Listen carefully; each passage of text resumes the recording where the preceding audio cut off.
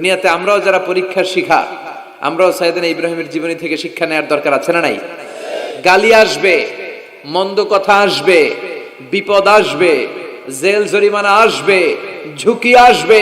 এই ঝুঁকি আর রিস্কের মধ্য দিয়ে কালিমার দাওয়াতের প্রচারের কাজ করতে হবে। চিল্লায় এখন ঠিক কিনা? এটাই মুমিনের বৈশিষ্ট্য।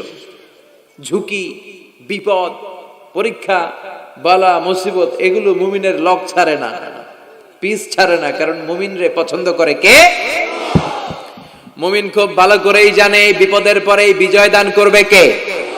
রাত্রি যত গভীর হয়, সুবহে সাদিকের সময় কাছে আসতে থাকে, গর্ভবতী নারীর পেটের ব্যথা যত বাড়তে থাকে, নতুন মেহমান দুনিয়ায় আসার সময় ঘনাতে থাকে, তেমনি ইসলামের পক্ষে যারা কথা বলে তাদের উপর বিপদ, ঝুঁকি, অত্যাচার, অনাচার যত বাড়তে থাকে, কালেমার বিজয়ের সময়টাও কাছে আসতে থাকে।